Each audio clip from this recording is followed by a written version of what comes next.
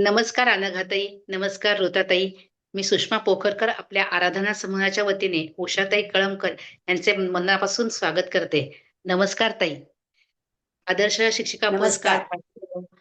पुस्तक लेखन, सहाय्यक संपादिका, निबंध स्पर्धेत प्रथम पारितोषिक, अशी ओळख आपली 15 ऑक्टोबर 2024 रोजी झालेलीच आहे. आपण परत यावे ह्या विनंतीला मान देऊन ताई आज आपल्याला लघुकाव्य या विषयावर मार्गदर्शन करणार आहेत. ताई आपण सुरुवात करावी ही नम्र विनंती. जय जय रघुवीर समर्थ.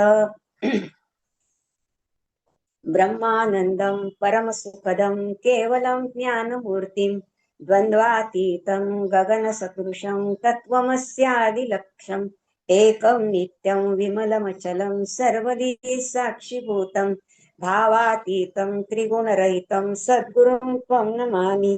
नमस्ते शारदे देवी काश्मीरपुरवासिनी त्वमहं प्रार्थये नित्यं विद्यादानं च देहि मे. जय जय रघुवीर समर्थ. श्री समर्थांच्या दासनमी उत्सवात ऋताताईंनी मला श्री समर्थांच्या एका विषयावर, एका मोतीवरती बोलण्याची जी संधी दिलेली आहे ती संधी दिल्याबद्दल आणि आपल्या सर्व कार्यकर्त्यांबद्दलची ऋणाईतता व्यक्त करते आणि माझ्या एकूणच केलेल्या छोट्याशा अभ्यासाला मी प्रारंभ करते. ऋताताईंना वंदन करते, तुम्हाला सगळ्यांना वंदन करते, माझे सद्गुरु श्री समर्थ रामदास स्वामींना वंदन करते आणि सुरुवात करते.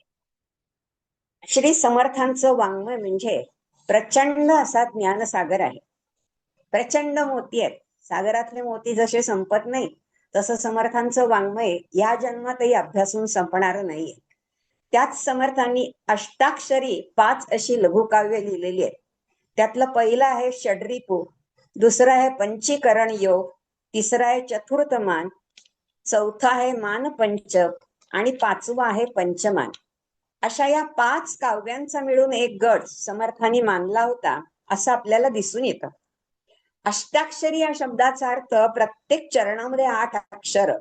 म्हणजे बघा, काव्य हे स्फुरतं आणि स्फुरल्यानंतर सुद्धा त्याला थोडस बंधन घालायचं.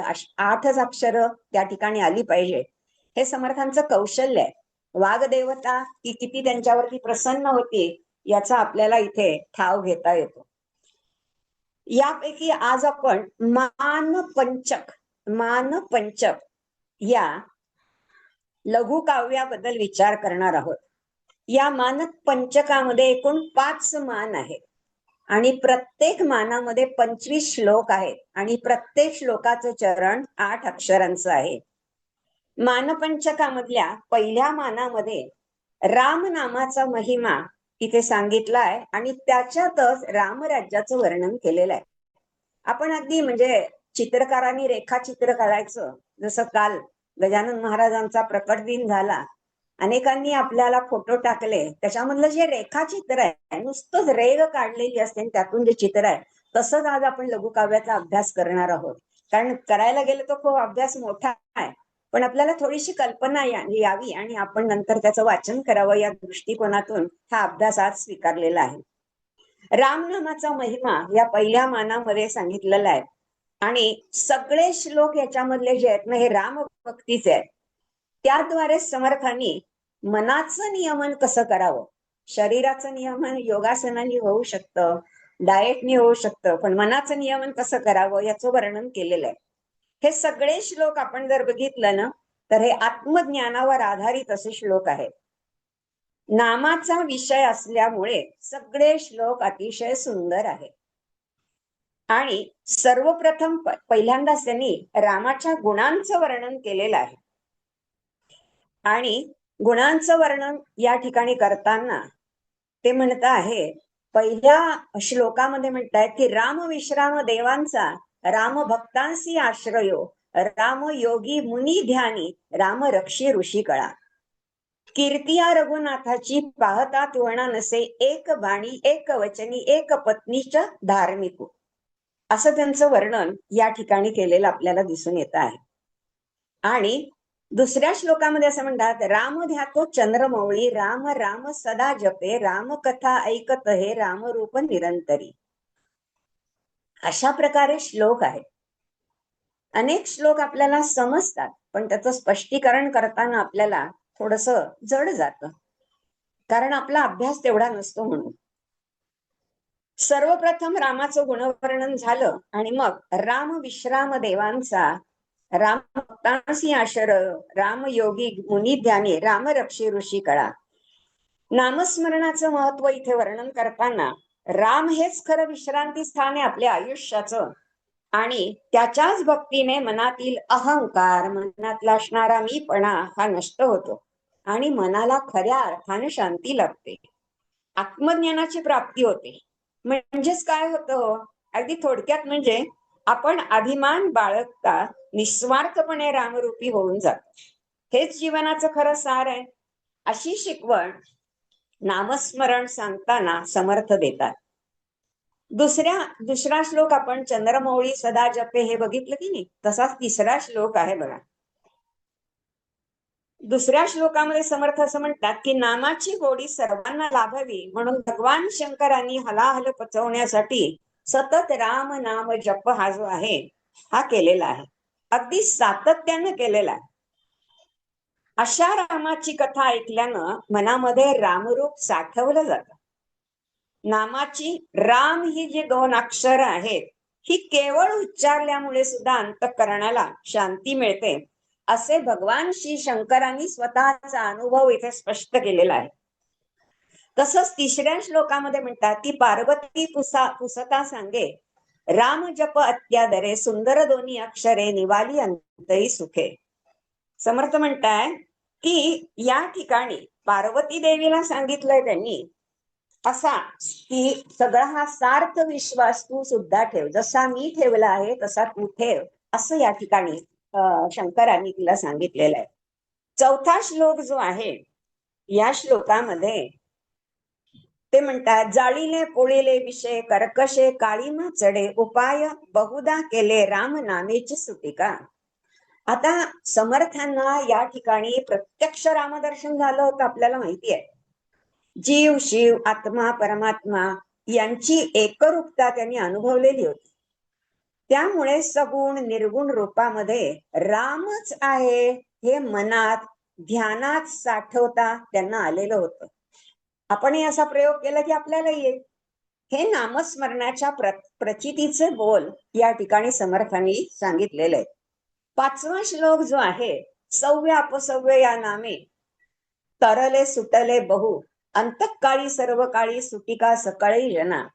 याचं वर्णन करता समर्थ म्हणता आहे की राम नामाची थोरवी वर्णन करताना भक्त प्रल्हाद आणि विभीषण यांनी आपल्या अंतःकरणात रामरूपाला कसं धारण केलं, हाच समर्थांच्या श्रीरामाचा खरा मान आहे, श्रीरामाचा हा सन्मान आहे की एवढ्या मोठ्या थोर भक्तांनी राम नाम त्यांच्या अंतःकरणामध्ये साठवलं. त्यामुळे श्रीरामाला मान मिळाला आणि ज्यांनी घेतला त्याचाही सन्मान झाला. प्रत्येक जीव या रामभक्ती केल्यानंतर सन्मानित होऊनच शकतो, जातोच. याद्वारे नाम महिमा हे स्वतःला झालेल्या समर्थांनी रामदर्शनातून, गुरु दर्शनात, आता राम हेच त्यांचे गुरु आहेत म्हणून आपण म्हणतो इथे की रामदर्शनातून, गुरुदर्शनातून स्वतःचा दाखला देऊन स्वतः विषयीचे धन्यतेचे अतिशय कृतार्थतेचे उद्गार या मानपंचकात काढलेले आहे, आणि म्हणून याला शीर्षक समर्थांनी मानपंचक असं दिलेलं आहे. आपल्याला हे खूपच आवड. आपण अनेक ठिकाणचे मान सन्मान पाहतो, बक्षीस मिळाल्यावर पाहतो, आभार देतात त्यावेळेचे मान सन्मान आपण पाहतो, त्यानंतर कृतज्ञतेपूर्वी दिलेले असतात जी ते आपण पुष्पगुच्छ देतात ते मान सन्मान आपण पाहतो. आताच आपण पद्मविभूषण बघितलेले आहेत, ते मान सन्मान आपण पाहिलेले आहेत.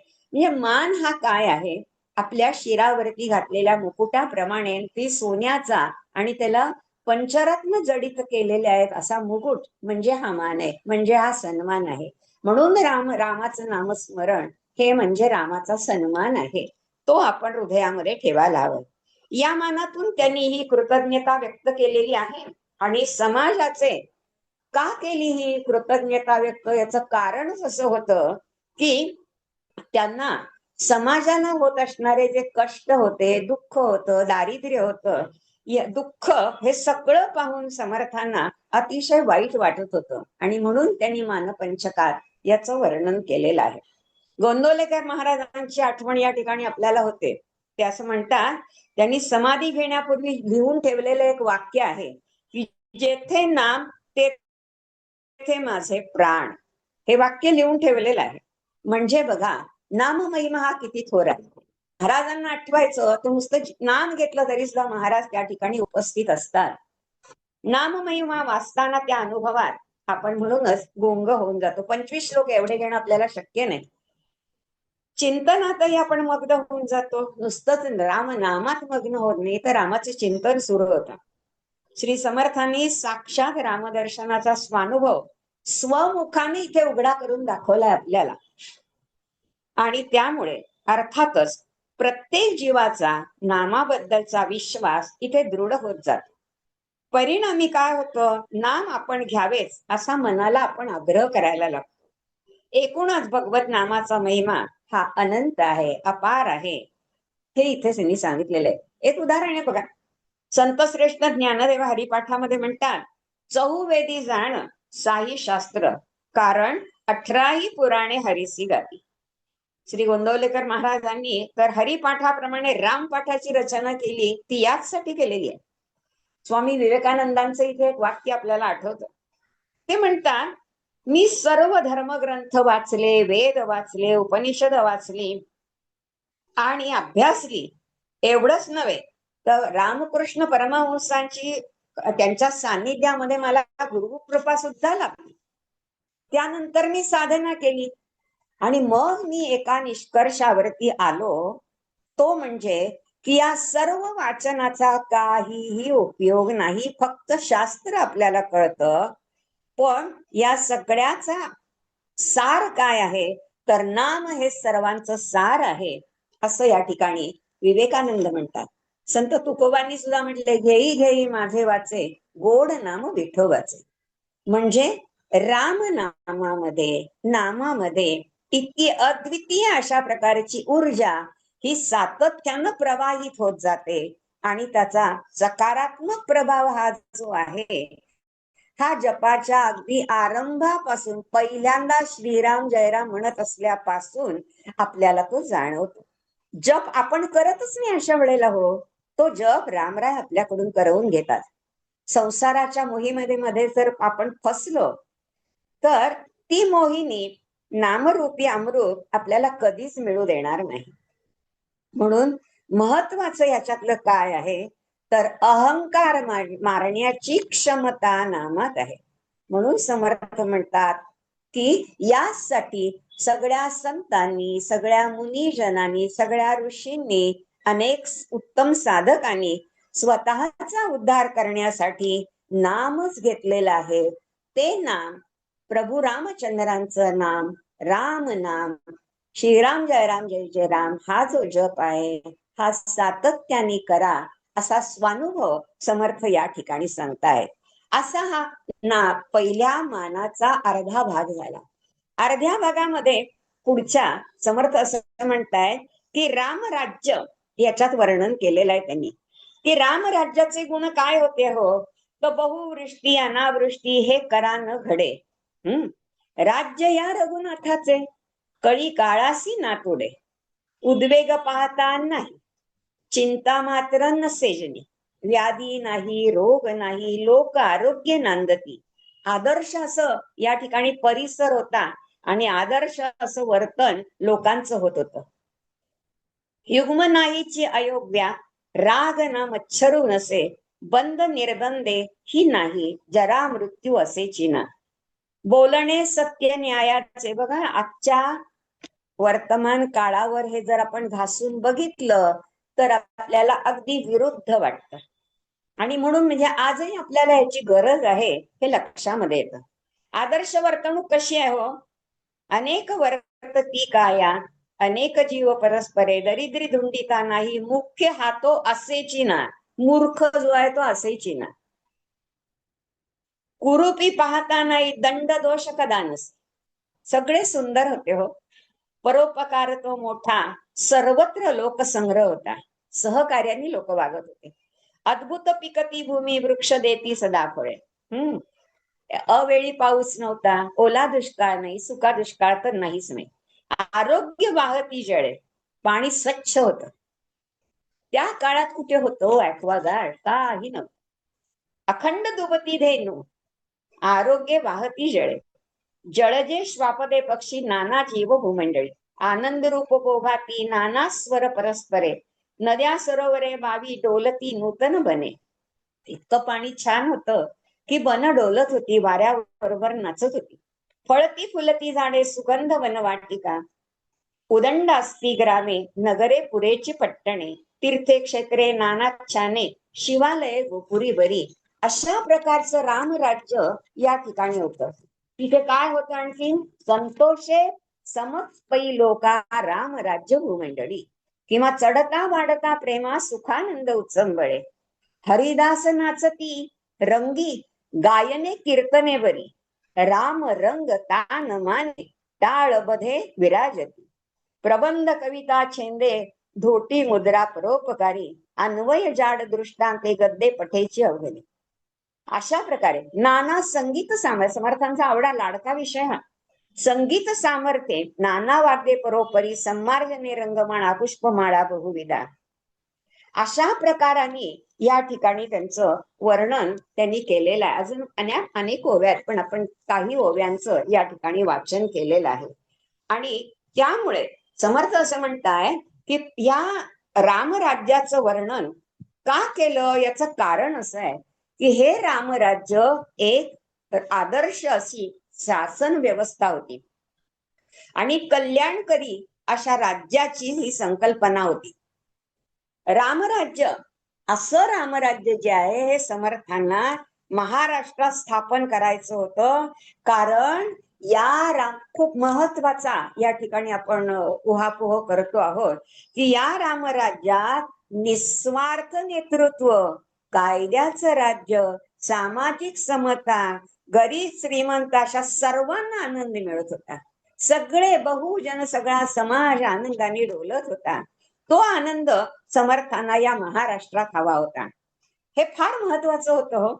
आजच्या समाजापेक्षा तो समाज बघितला तर 100% यशस्वी समाज म्हणायला पाहिजे. हा समाज भ्रष्टाचार मुक्त आणि भयमुक्त होता. समर्थांचं वाक्य बरं हे. आणि रामराज्य हे कसं होतं तर सुशासन, नैतिकता, बंधुतेचं ते प्रतीक होतं. सर्वे भवन्तु सुखिना या मंत्रावर ते आधारलेलं होतं. अशी राज्य व्यवस्था होती आणि त्यामुळे ती सुरक्षित होती, सुसंस्कृत होती आणि आनंदी समाज होता. असे आदर्श शासनाचं उत्तम उदाहरण समर्थांनी मानलं होतं आणि म्हणून त्यांना रामराज्य हवं होतं. शिवाय राम हा भक्तांचा कैवारी आहे आणि रामराज्याच्या संदर्भात राम हा प्रजेचा कैवारी आहे.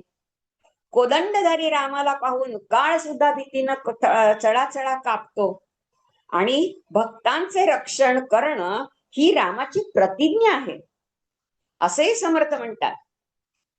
समर्थ असं म्हणतात की संपूर्ण अयोध्यापुरी ही जी आहे ना, ही श्रीरामाने विमानात बसवून वैकुंठामध्ये नेली. पुढच्या श्लोकात याचं वर्णन आहे. याचा सांकेतिक अर्थ आपण बघूयात. खरंच एवढी विमानात नेता येणार होती का प्रजा?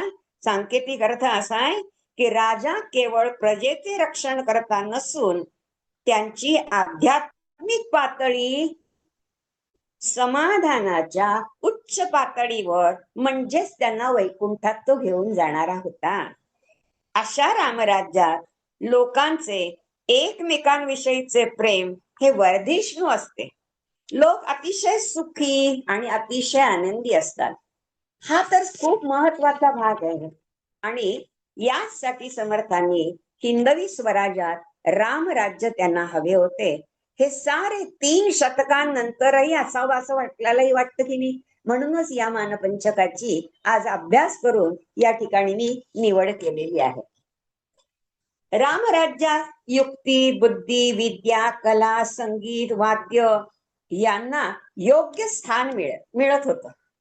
हे उत्तम समाज स्वास्थ्याचं लक्षण आहे बरं का. आज तर याच्यामध्ये खूप बदल झालेला आहे. प्रचंड वाद्य निघालेली आहेत, अनेक त्याच्यामध्ये निष्णात लोक आहेत, पण तरी आनंद आणि समाधान नाहीये. पण इथे युक्ती, बुद्धी, विद्या, कला हे सगळं त्याला जोडलेलं असल्यामुळे यातून आनंदाची प्राप्ती होत होती. रामराज्य म्हणजे समर्थांच्या दृष्टीने ही धर्मस्थापना होती. म्हणूनच प्रभू रामचंद्र आणि हनुमान उपासना त्यांनी लोकांना दिली. त्या उपासनेतच दैवतासारखे शूरवीर आणि धर्माचारी राम आणि स्वामिनिष्ठ हनुमान स्वराज्यासाठी त्यांना तयार करायचे होते. लोकांना सन्मार्गाला लावून धार्मिक स्वातंत्र्याची, स्वानंदाची, सद्विचारांची भूमी या महाराष्ट्रात घडावायची होती. महाराष्ट्र ही संतांची भूमी आहेच, पण त्यातही या ठिकाणी भरपूर नद्या या ठिकाणी आहेत, सुजलाम सुफलाम आहे. म्हणून तर आपण या राज्याला महाराष्ट्र असं या ठिकाणी नाव देतो. समर्थांचं हे एक संत म्हणून देशकार्य आहे.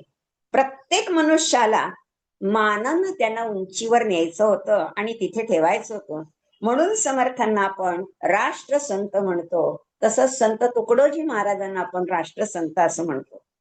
अशा प्रकारे या पहिल्या मानाचं वर्णन समर्थांनी या ठिकाणी केलेलं दिसतंय. 25 श्लोकांचा आपण धावता आढावा जो आहे तो या ठिकाणी आपण घेतलेला आहे. पुढचा दुसरा मान जो आहे, हा मान म्हणजे या मानात समर्थांनी आपल्याला उपासना समजावून सांगितलेली आहे. उपासना म्हणजे काय? ती ज्या देवाची करायची तो देव कसा आहे याचं विवेचन इथे त्यांनी केलेलं आपल्याला दिसून येतं. समर्थ या ठिकाणी 5व्या श्लोकामध्ये असं म्हणतात, अभेद भक्ती ते ऐसी आत्मनिवेदन चित्ती वृत्ती ते बधता मोठी निवृत्ती मोक्ष बोलीजे. समर्थ पहिल्या श्लोकात असं म्हणतात, आधी करावे कर्म, कर्म मार्गे उपासना, कर्म मार्गाने उपासना करावी. उपासका सापडे ज्ञान, ज्ञाने मोक्षाची पावणे. याच्यातला खरंच एक एक श्लोक जर आपण घेतला ना, त्याचं एक एक मोठं प्रवचन होईल. परंतु आज आपल्याला थोडीशी त्याची आउटलाईन बघायची आहे आणि तो आपल्याला अभ्यासायचा आहे. तुम्ही स्वतः अभ्यास करायचा आहे. कर्म ते करावे कैसे, कर्मफळ ते कोणते, विव्यक्त कर्म करणे, कर्मफळ उपासना. उपासकाची अवस्था काय होते हो? देव धुंडाळताना उपासका देव धुंडाळे, सत्संगी देव सापडे. कुठे सापडतो? सत्संग केल्यावर देव मिळतो. देवाचा लागता छंद, आरोग्य सहजी घडे. देवाचा छंद लागला की आरोग्य आपोआप प्राप्त होत. वैराग्य त्यागिता सर्वे, देव आपण एकला, देवाचे लागता व्यान आपणासे ठावची नसते. आपण आपल्याला स्वतःला विसरतो. आपल्याला आपण विसरणं हीच खूप महत्वाची गोष्ट आहे.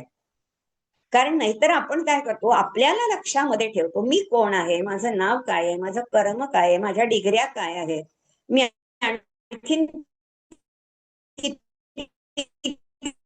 किती गुणांनी युक्त अशी आहे. पण इतके असतो कमीच, त्याच्या सगळ्यांच्या पुढे आपण कमीच असतो. त्यामुळे त्याचा या ठिकाणी आपण अशा पद्धतीनं अहंकार करण्याचं कारण हे नाही. आणि म्हणून समर्थांनी त्याचं वर्णन केलं की 5व्या श्लोकात ते म्हणाले की देवाचं असं ध्यान लागलं की आपल्याला शोध लागतो. आपण कोण आहोत याचा शोध लागतो. आपल्याला काय करायचंय याचा शोध लागतो. माझा जन्म कशासाठी झालेला आहे, मी भूमीवर का आलेली आहे, मी माझा उद्धार कसा करायचा, या सगळ्याचा शोध आपल्याला लागतो. आणि अभेद भक्ती ती ऐसी आत्मनिवेदनाची स्थिती आपल्याला प्राप्त करून देते. वृत्ती ते बदता मोठी निवृत्ती मोक्ष बोलीजे, अशी स्थिती आपली होऊन जाते. आणि म्हणून समर्थ या ठिकाणी पुढे असं म्हणता आहे की याच्यातही 25 श्लोक आहेतच, पण पुढे समर्थ असं म्हणतात, नित्यानित्य विवेकाने शोधिता अंतरी कळे, क्षराक्षर विवंचावे निर्गुण वेगळे असे. आणि मग म्हणत आहेत समर्थ की या ठिकाणी जनी जनार्दन आहे. परंतु सज्जनी वसे जना आणि सज्जनाला एकची करिता नये. जगात जगदात्मा आहे हे खरं आहे, पण त्याच जगामध्ये एका सुखासनावर बसलेला स्वामी आणि दुसरा काबाड कष्ट करणारा असा त्याचा सेवक, असा भेद आपल्याला दिसतो. आपण प्रत्यक्ष पाहत असतो, मग सगळे सारखे कसे म्हणायचे?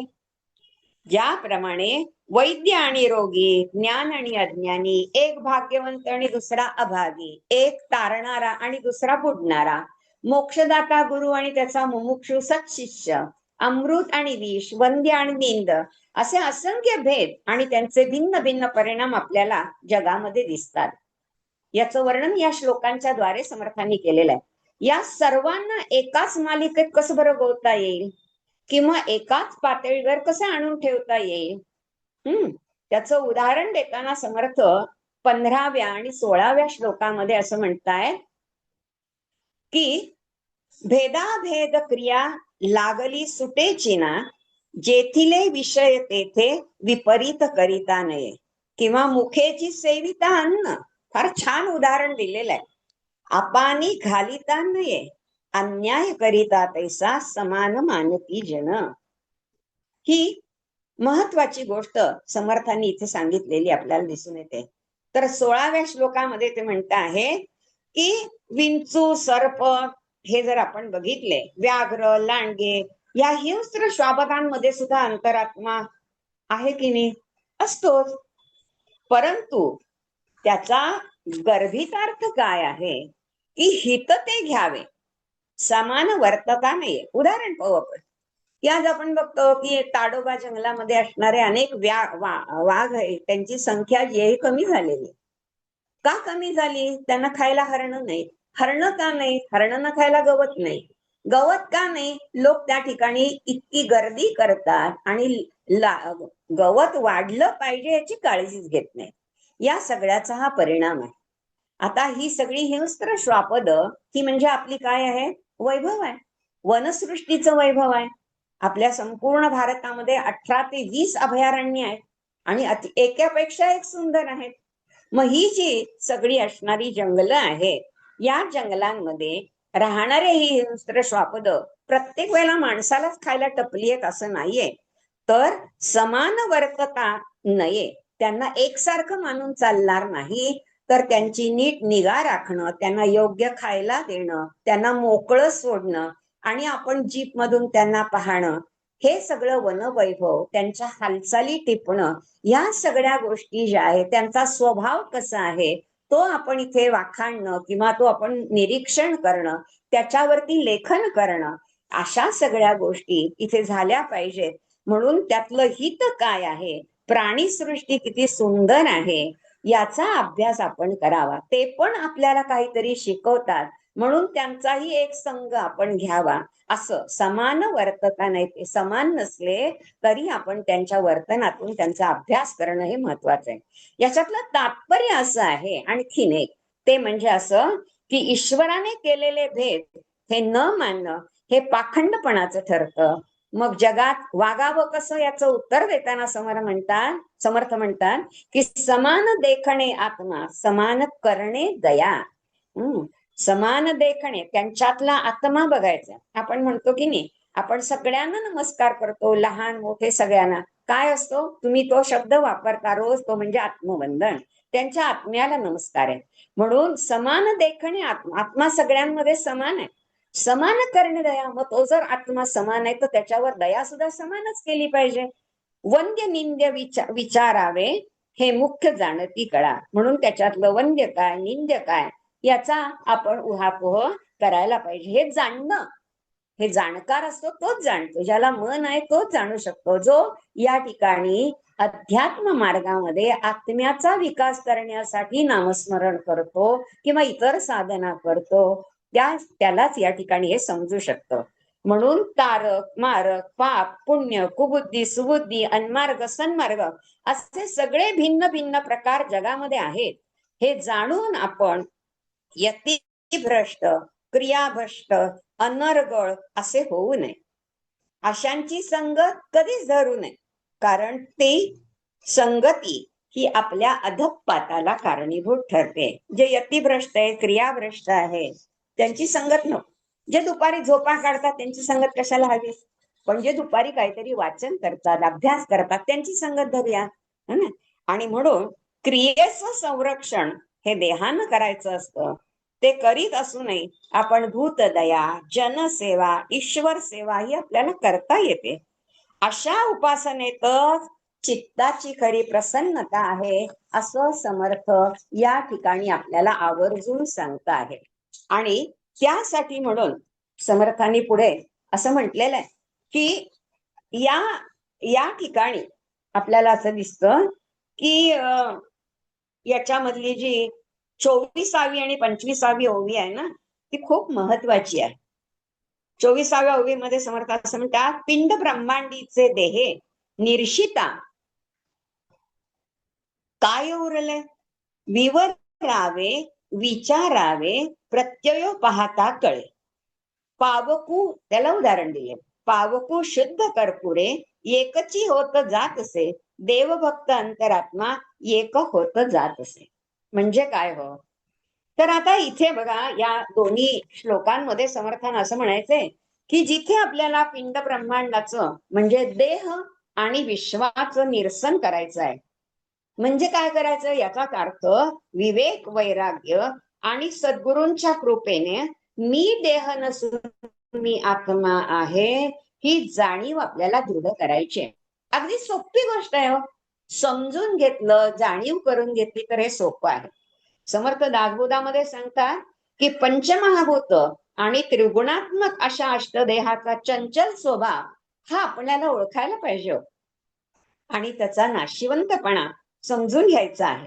मगच आपल्याला या निश्चळ असणारं जे परब्रह्म आहे की ज्या परब्रह्माचा आपला आत्मा म्हणजे एक अंश आहे, त्या परब्रह्माशी आपल्याला एकरूप होता येतं. एकरूप व्हायचं म्हणजे काय करायचं, तर पिंड ब्रह्मांडाचं सुद्धा निरसन करायचं. मग आता विवेक कसा करायचा, तर देह आणि विश्वाची निर्मिती ही दोन्हीही पृथ्वी, आप, तेज, वायू, आकाश या पंचमहाभूतांपासून झाली आहे. अर्थात ती चंचल आहे आणि ते जे जे चंचल आहे ते शेवटी नाशिवंत आहे. तसंच जे जे दृक आहे, दिसत आहे, तेही नाशिवंत आहे. हे समजणं आणि त्याप्रमाणे वर्तन करणं म्हणजे विवेक आहे. थोडक्यात सांगायचं तर पंचमहाभूत, त्याच्यामध्ये मन, बुद्धी, अहंकार मिळून अष्टधा प्रकृती झाली. याचाही विवेकानं निराश करायचा आणि आठवा देह म्हणजे जी मूळ माया आहे तिचा सुद्धा लय करायचा. आणि त्याचं वर्णन समर्थांनी 21व्या श्लोकामध्ये सुद्धा केलेलं आहे की दृश्य भास मुळी नाही, मदेची होत जात असे, भासला भास तो भासू, दृश्याला दृश्य दिसते. दृश्य पाहण्यात जो मग्न आहे त्याला दृश्य दिसतं, बाकीच्यांना जो ध्यान लावून खरा बसलेला आहे, जो नामस्मरणात एकरूप झालेला आहे, त्याला ते दृश्य दिसतच नाही. म्हणून या ठिकाणी सद्गुरूंच्या कृपेनं इथे काय करायचंय की मी ब्रह्म आहे या स्मरणाचाही लय करायचा, म्हणजे अहंकार नष्ट करायचा आणि केवळ परब्रह्म म्हणजेच आत्मस्वरूप उरत आहे त्याकडे आपण लक्ष हे द्यायचं आहे. म्हणून अशा पद्धतीनं समर्थांनी पिंड ब्रह्मांडाचं निरसन करतानाच इथे जे उदाहरण दिलेले की पावको शुद्ध कर्पुरे एकची होत जात असे, देवभक्त अंतरात्मा एकची होत जात असे. ज्याप्रमाणे आपण कर्पूर आरतीमध्ये कापूर लावतो आणि त्याला आपण काडी लावतो आणि त्या वेळेला तो कापूर उरत नाही, तो अग्निमय होऊन जातो. सागरामध्ये नदी ज्या वेळेला मिळते तेव्हा नदी कुठली, पश्चिम वाहिनी कुठली नदी येऊन मिळाली, पूर्व वाहिनी कुठली मिळालेली आहे, यातला भेद आपल्याला दाखवता येत नाही. ज्या क्षणी ती सागराला जाऊन मिळते आहे त्या क्षणाला ती सागराशी एकरूप होते, वेगळे पण दिसत नाही. तसं आत्मा परमात्म्याशी नामाच्या साधनेतून एकरूप होणं अत्यंत गरजेचं आहे. म्हणून कापराप्रमाणे आपली स्थिती ही देवभक्त अंतरात्मा एकची होत जात असे, असं वर्णन समर्थांनी या ठिकाणी केलेलं आपल्याला दिसून येत आहे. तृतीय मानामध्ये या ठिकाणी समर्थ म्हणतायत की उपासना कशी करायची हो, उपासना म्हणजे काय आहे हो, ती कशी करायची याचं वर्णन त्यांनी या ठिकाणी केलेलं आहे. ते म्हणतात उपासना करण्यापूर्वी आधी विद्युक्त कर्म करायचं, विधियुक्त कर्म करायचं, मग देवाचा छंद जडवून घ्यायचा. आपल्याला अनेक छंद असतात ना, कुणाला खाण्याचा छंद असतो, कुणाला सतत झोपण्याचा छंद असतो, कुणाला एखादी वाद्य वाजवण्याचा छंद असतो, कुणाला एखादा असतो की तो दर रविवारी बाहेर जातो आणि निसर्ग पाहून त्या ठिकाणी निसर्गाचे चित्र काढतो. कधी देवळामध्ये जातो, येणाऱ्या स्त्री पुरुष त्या ठिकाणी असणारी छोटी मुलं यांचं स्केच काढतो, म्हणजे नुसती त्यांची आकृतीही काढतो. मग ती वाकलेली असेल, ती बसलेली असेल, ती खूप चिंतित असेल, डोक्याला हात लावलेली असेल, असं तो या ठिकाणी ती रेखाचित्रातून ती काढताना आपल्याला दिसून येतो. आणि मग देवाचा छंद लागला की मग आपल्याला सत्संग आवडावासा वाटतो, आवडतो तो.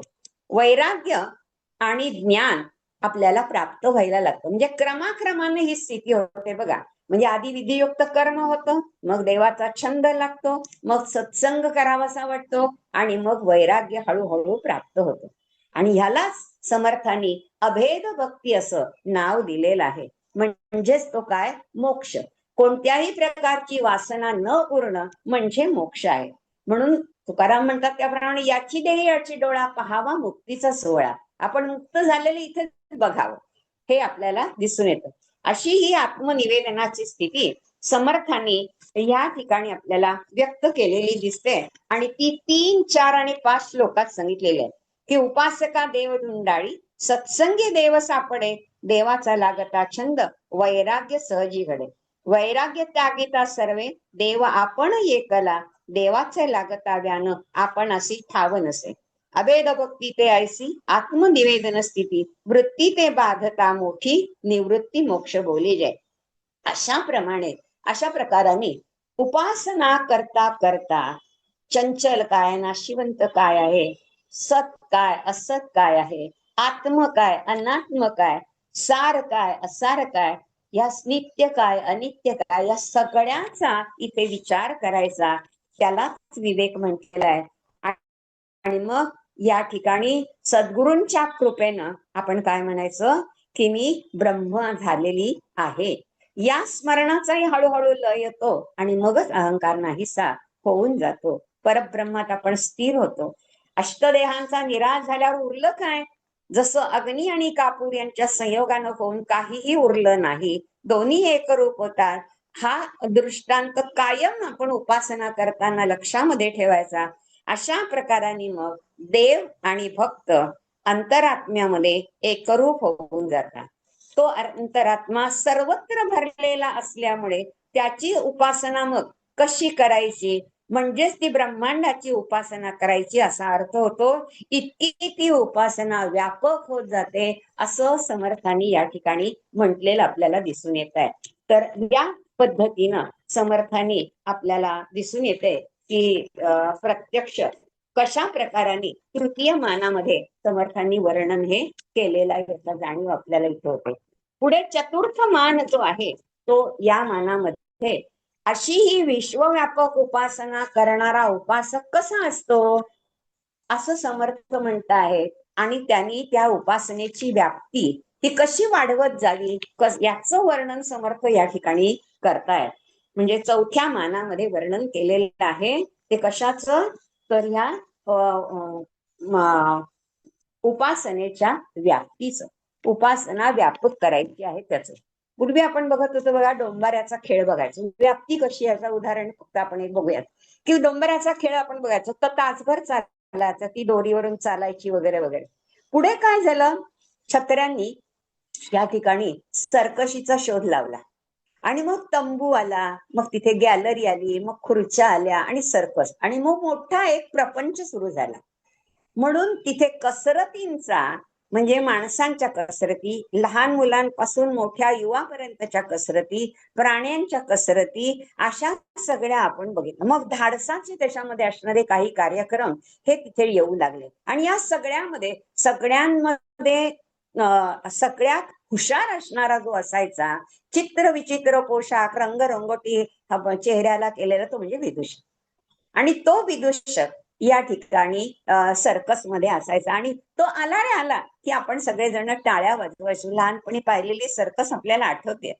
तर अशा पद्धतीनं म्हणजे बघा, डोंबाऱ्याच्या कसरतीतून उपासना ह्या कष्टाची, या करामतींची कशी झाली, तर त्याचं सर्कशिक रूपांतर झालं. याला आपण व्याप्ती असं नाव देतो. तशी ही व्याप्ती आहे. याचं वर्णन समर्थांनी या चौथ्या मानामध्ये आपल्याला केलेलं दिसून येतं. आणि त्या ठिकाणी समर्थ असं म्हणतायत की हा जो मान आहे, त्याच्यामध्ये कास या रघुनाथाची धरिता सुख पावलो असं म्हणतात. जेव्हा आपल्याला बघा कोणाचा तरी आधार लागतो, आधाराशिवाय माणूस ज्या वेळेला वृद्ध होत जातो त्यावेळेला उठताना सुद्धा त्याला आधार लागतो. मग त्या सोफ्याच्या 2 हातांवरती तो जोर देतो, खुर्चीच्या 2 हातांवरती जोर देतो आणि उभा राहतो.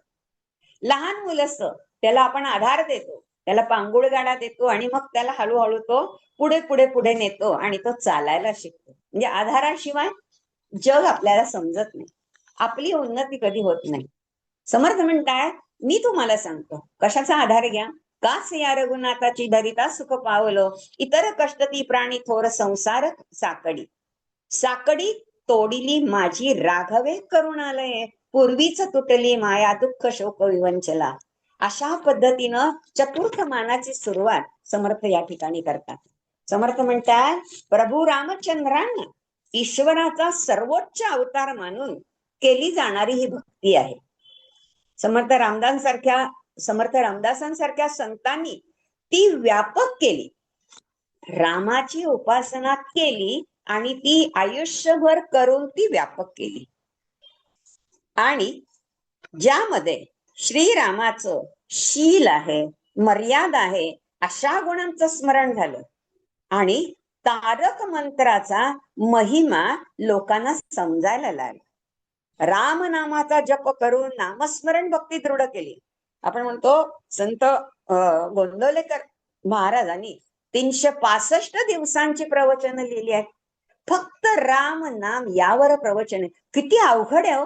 आपण एक प्रवचन वाचलं रात्री झोपताना, साधारण आपण वाचतो, वाचल्यावर सकाळी बघतो की मला काय आठवतंय का, दिलेली उदाहरणं समजतायत का, आठवतायत का, काही आठवत नाही. म्हणजे राम नाम घेऊन सुद्धा आपलं हे स्मरण होत नाही, उपासना व्यापक होत नाही. प्रत्येकातला राम आपल्याला कळत नाही, प्रत्येकातला राम आपण पाहत नाही. तर हे या ठिकाणी इथे सांगायचं आहे. म्हणून श्रीरामाचं शील, मर्यादा अशा गुणांचं स्मरण या ठिकाणी तारक मंत्र महिमा इथे सांगून समर्थांनी दिलेलं आहे. रामनामाचा जप करून असं हे नामस्मरण आपण वाढवत जाऊ. आज अनेक आहेत बघा, 13 कोटीचा रामनाम जप केला जातो, जप यज्ञ केला जातो, आपण त्याच्यात सहभागी होतो वगैरे वगैरे. दास्य भक्तीतून समर्पण भावाचा समावेश इथे करायचा. म्हणजे ती दास्य भक्ती करायची, हनुमंताला समोर ठेवायचंय. आणि म्हणजे व्याप्ती ही वैयक्तिक मुक्तीपासून सामाजिक नीतीपर्यंत जाते, सामाजिक नीतीपर्यंत जाते. म्हणून राम हा केवळ अयोध्येचा राजा नाही, तो सर्वव्यापी नारायण आहे की जो सृष्टीच्या कणाकणात भरलेला आहे. कणाकणात म्हणजे माणसात पण. दास्य भक्तीतून स्वतःला रामाचा दास मानून रामदासी मठांमधून रामाची काकड आरती पूजा याद्वारे रामदास्य समर्थांनी रुजवलेला आहे. अशी व्यापक करायला सांगितलेली आहे. रामायण हे एक नैतिक मार्गदर्शक आहे. म्हणून रामोपासनेमध्ये सुधारणा, निस्वार्थ वृत्ती आणि समता या तीनही तत्वांचा समावेश होताना आपल्याला दिसून येतं. रामचरित्राचं चिंतन केल्यानं भक्ती, ज्ञान, वैराग्य या तिन्ही गोष्टी प्राप्त होतात. या तिन्ही गोष्टी ज्याला मिळतात त्याचं अंतःकरण शुद्ध होतं, वृत्ती स्थिर होते, चित्त शांत होतं आणि समाधान लाभतं. थोडक्यात काय, तर रामोपासना ही केवळ कर्मकांड नाही, हातात माळ घेऊन कर्मकांड करायचं नाही, तर कर्मकांड नाही तर रामाच्या आदर्श गुणांना जीवनात आचरणात आणून ईश्वर प्राप्ती ही करण्याचा तो एक व्यापक मार्ग आहे. आणि म्हणून पहिल्या श्लोकात समर्थांनी या ठिकाणी काय म्हटलं, तर काच या रघुनाथाची धरिता सुख पावलं, इतर कष्टती प्राणी थोर संसार साकडी, असं त्याचं वर्णन इथे समर्थ करताना आपल्याला दिसतात. दुसऱ्या श्लोकामध्ये समर्थांनी त्याचं वर्णन केलेलं आहे की पूर्वीच तुटली माया, दुःख शोक विसंचला, सेवकू मानवी यांचा कष्टती बहुता करू.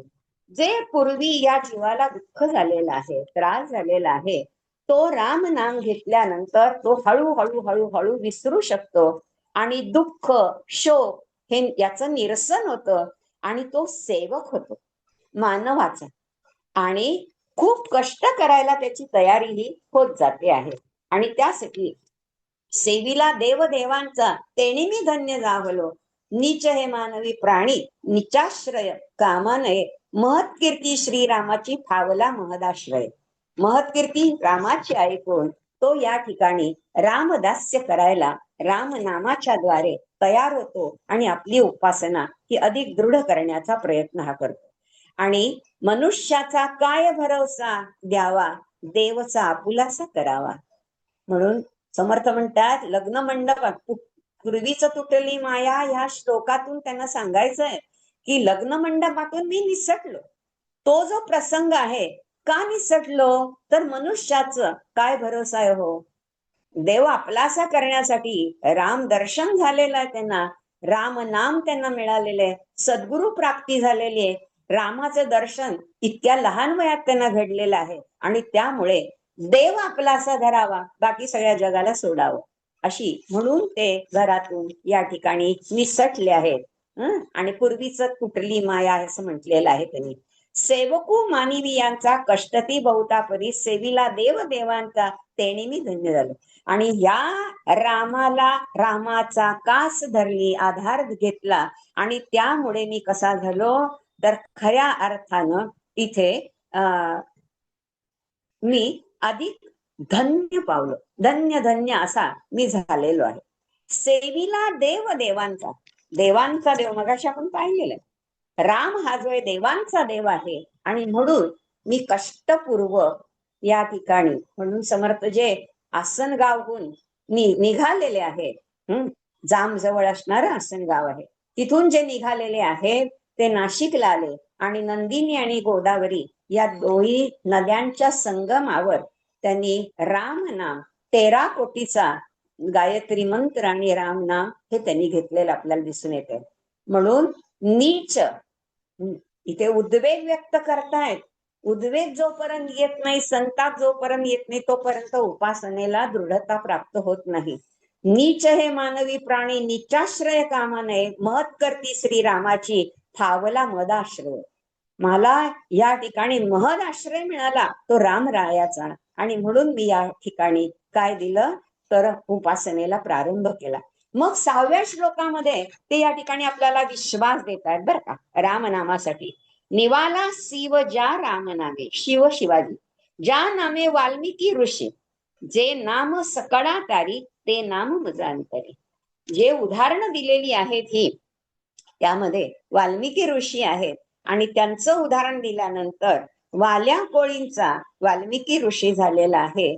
तो या ठिकाणी वाल्मिकी ऋषी जे आहे, निवाला शिव ज्या नामे, शिवशंकर ज्या नामाने तरलेले आहेत, हलाहल विष पचवलं ज्यांनी आहे, त्यांनी राम नाम घेतलं, तेही कायम राम नाम घेत होते आणि तो नीलकंठ झालेला जो होता तो शिवशंकर त्याच्यातून या ठिकाणी रामनामाने उद्धरला गेलेला आहे. त्या शिवाचं निवाला शिव ज्या नामे, ज्या नामे वाल्मिकी ऋषी, जे नाम सकळा तारी, ते नाम मजांतरी. ते नाम मजांतरी असं सांगून समर्थांनी आपलं अंतःकरण जणू काही उघडं करून दाखवलंय. मनातलं सगळं आपल्याला सांगितलं, काहीच त्यांनी हृदयात ठेवलेलं नाही. खूप माणसं अशी कमी असतात बरं का. आपण अनेकांशी मैत्री करतो पण मनातलं कोणी बोलत नाही, वर वर वर वर असं बोलत असतात बरं का. पोकळ असं अशा प्रकाराने आपल्याशी मैत्री करत असतात. पण इथे तसं नाहीये. समर्थ म्हणतायत, संतत्व मला बहाल केलं आणि संतत्व मला प्राप्त झालं, रामाने मला आश्रय दिला आणि म्हणून मला या ठिकाणी लोकांचं अंतर कळायला लागलं, लोकांच्या अंतःकरणात काय आहे. म्हणूनच मला उद्धवासारखा उत्तम अशा प्रकारचा पहिला शिष्य मिळाला. अंबाजी सारखा ज्याला मी कल्याण केलं आणि कल्याण नामकरण करून तो माझा शिष्य झाला, की ज्या क्षणाला मी शिवथर गळीमध्ये या ठिकाणी दासबोध लिहित होतो, मी सांगत होतो आणि तो लिहित होता, त्या क्षणाला त्याचा तो दासबोध पाठ झाला. म्हणजे जितका गुरु श्रेष्ठ आहे तेवढाच कल्याण स्वामी सत्शिष्य म्हणून श्रेष्ठ आहेत असं आपल्याला दिसतं. तसे राम जेवढे श्रेष्ठ आहेत तेवढे संत म्हणून समर्थही श्रेष्ठ आहेत असं आपल्याला दिसून येतं. म्हणून नाम मज अंतरी या ठिकाणी आलेले. खरंच समर्थांच्या वाङ्मयातून त्यांच्या भक्तांच्या जीवाला चटका लावून जातो. इतकं त्यांचं चरित्र आपण वाचल्यानंतर, वाङ्मय वाचल्यानंतर आपल्याला त्याची प्रचिती येते. त्यांच्या चरणी आपोआप आपण मस्तक ठेवायला लावणारी जी स्थळं आहेत ना, अनेक स्थळं आहेत. मग मनाचे श्लोक असतील, दासबोध असेल, करुणाष्टक असतील, अनेक अशा प्रकारचे अभंग असतील, कुट असं काव्य असेल, तसं हे या ठिकाणी मानपंचक हे स्थळ आहे. या पाचही मानामध्ये समर्थ राम आणि रामच धरून आपल्याला सांगतायत. इतकं या मानपंचकाचं महत्व असलेलं आपल्याला दिसून येतं. थोडासा उहापोहा आपण शेवटच्या 5व्या असणाऱ्या मानाचं करणार आहोत. इथे उपासक कसा असतो हे स्वतःच्या समजुतीप्रमाणे स्वतःच्या उदाहरणावरून दर्शवून दिल्यानंतर समर्थ स्वतःला श्रीरामाचा आणि रामाचा दास म्हणून घेतात. दासबोध आणि त्यांच्या अन्य साहित्यामध्ये म्हणून त्यांनी रामाची भक्ती जी आहे आणि आत्मसमर्पणाचा मार्ग आपल्याला उघडा करून दाखवलेला आहे. म्हणून राम करता राम भोगता असं ते म्हणतात. त्यांनी जीवनातली प्रत्येक कृती रामाच्या चरणी अर्पण केलेली आहे.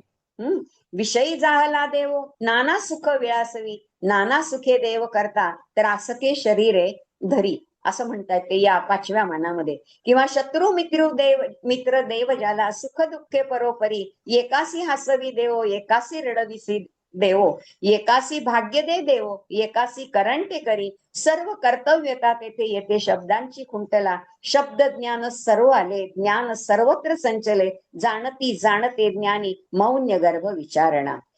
इतकं गहन विचार इथे आपल्याला ते मांडतायत की मी केवळ रामाचा दास आहे, म्हणून रामाला सगळ्या गोष्टी मी ज्या आहेत त्या रामाच्या चरणी मी अर्पण करतो. ही भावना त्यांनी दृढ केली. करता करविता रामच म्हणाले. अशा मर्यादा पुरुषोत्तम रामाची उपासना केल्यानं जीवनाला खरा अर्थ प्राप्त होतो, जीवन सार्थकी लागते. म्हणून त्यांनी मी केवळ रामाचा या भावनेतून प्रपंच केला. प्रपंच म्हणजे कोणता? समाजाचा प्रपंच त्यांनी केला. कर्म फळ हे जे आहे हे सगळं कर्मही अर्पण केलं आणि फळही अर्पण केलं. त्यांच्या मते रामाची भक्ती ही खरी विश्रांती असून त्यांनी आपले सर्वस्व राम या नावाला आणि राम या नामाला त्यांनी अर्पण केलेलं होतं. आणि जीवनामध्ये संपूर्ण जीवनात आपलं जीवन रामोपासनेनं भरून टाकलेलं होतं. रामरायाच्या स्वार्थ त्यागाने त्यांच्या चरित्राची जशी उंची आणि महानता हिमालयासारखी वाढली, खोली महासागरासारखी झाली आहे, त्याचप्रमाणे विवेक, वैराग्य, वचन पालन, शौर्य, नीती, धर्माचरण, औदार्य, एकपत्नी व्रत इत्यादी श्रेष्ठतम गुणाची मोहिनी सर्वांना पडते. समर्थांनी राम हे उपास्य दैवत यासाठी निवडले आणि राम महात्म्य जागोजागी जिथे संधी मिळाली तिथे वर्णन केलेलं आहे. समर्थांना श्रीराम आवडतो याचं कारण श्रीरामाच्या महान पराक्रमात आहे. राम देवांचाही कैवारी आहे, देवांचाही देव आहे. एका संस्कृत पद्यामध्ये रामाला म्हटलेले अरि कुलांतक भय निवारण असं विशेषण उपयोजलेलं आहे. धर्मरक्षण करण्यासाठी राम हाच एक अद्वितीय आहे. म्हणून राम उपासना ऐसी ब्रह्मांड व्यापिनी पहा, राम करता राम भोगता राम रूप वसुंधरा असं त्यांनी त्याचं वर्णन या ठिकाणी केलेलं आपल्याला दिसून येते. म्हणून जयासी दुःख सांगावे तयासी दुणे नसावे. तर पुणेही दुणेही चतुर्गुणे बहुगुणे सुरेचिना असं म्हटलेलं आहे. न्याय अन्याय सोसावा सोसिताही विटो नये, न्यून पश्चिन्य झाकावे तेणे ते प्रस्तावा घडे असं म्हणतात समर्थांनी. भूपाळी, मनाचे श्लोक, करुणाष्टक, स्तुतकाव्य सगळ्यात सगुण राम हा वर्णन केलेला आहे. आणि रामाची उपासना जनसामान्यांपर्यंत सांगितलेली आहे. आपली वैयक्तिक उपासना समर्थ समाज हिताच्या दृष्टीने व्यापक करताना दिसत आहेत. राष्ट्रोद्धारासाठी रामोपासना सांगतायत. आजही आपण त्याचे प्रयोग करतो आहोत. जगाला सार्वकालिक अशी हे रामनामाची गरज आहे. रामाचे भजन हेची माझे ध्यान, तेने समाधान पावईन म्हणत उर्वरित समग्र जीवन जे आहे ना, हे आपण रामोपासनेतच खऱ्या अर्थानं घालवायला पाहिजे आहे. आणि या मानपंचकातून रामनामाचं महत्व, भक्ती अंतःकरणाला उपदेश करण्यात समर्थ यशस्वी ठरलेले आहे. हे म्हणून लघुकाव्य महत्वाचं वाटतं. रामनामाने आजही दुःख दूर होऊन नितांत सुख कसं मिळते हे या प्रमुख विचारावर समर्थ प्रकाश टाकतात. पंचकानं काय दिलं हे आपण पाहतो.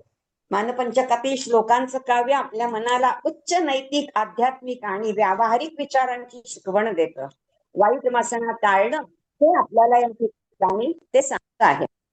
तसंच पापबुद्धी न ठेवण्याची आणि दुसऱ्याचे नुकसान न करण्याची आज जे समाजात चाललेलं आहे हिंदू मुस्लिम या बाबतीत, ते दुसऱ्याचं नुकसान न करण्याचा सल्ला इथे दिलेला आहे. सद्विचार म्हणजे मनात सदैव चांगलेच विचार असावे, तेच रामदान घेण्यास प्रवृत्त करतात असंही सांगितलेलं आहे. आत्मसंयम म्हणजे इंद्रियांवरती ताबा ठेवून विवेक आणि वैराग्य बाळगून समाधानी राहावं, हेही या मानपंचकाचं सार आहे. समर्थ मनाला सांगतात, हे मना, तू क्षणभर गोष्टींच्या मागे न धावता कायमस्वरूपी असलेला रामनामाचा फक्त आश्रय घे. माणसाने आयुष्यात विवेकाचा वापर करावा. मीपणा, अहंकार सोडून परमात्म्याला शरण जावं. हे श्लोक मनाला सन्मार्गावरती आणण्यासाठी आणि जीवनामध्ये अत्यंत नेटकेपणाने, देखणेपणानं आपलं आयुष्य घालवण्यासाठी मार्गदर्शन करतात. या दृष्टीनं हे लघु प्रकरण अतिशय महत्वाचं आहे. हे लघु प्रकरणही जसं 8 अक्षर त्याच्यामध्ये आहेत, तसं ते अनुष्टुप छंदात आहे. मान या शब्दाचा मराठीमध्ये संदर्भाप्रमाणे 2 मुख्य अर्थ आपण घेतो. मान याचा अर्थ एक सन्मान किंवा आदर, आणि दुसरं मान म्हणजे गळा, शरीराचा एक भाग. या मानपंचकातून सन्मान कसा मिळतो हो? या मानपंचकातील श्लोकांचे विचार जर आपण आचरणात आणले तर आपल्या जीवनात आपल्याला आदर, मान सन्मान, मानपान सारं काही मिळतं. मानपान किती असतात हो ना?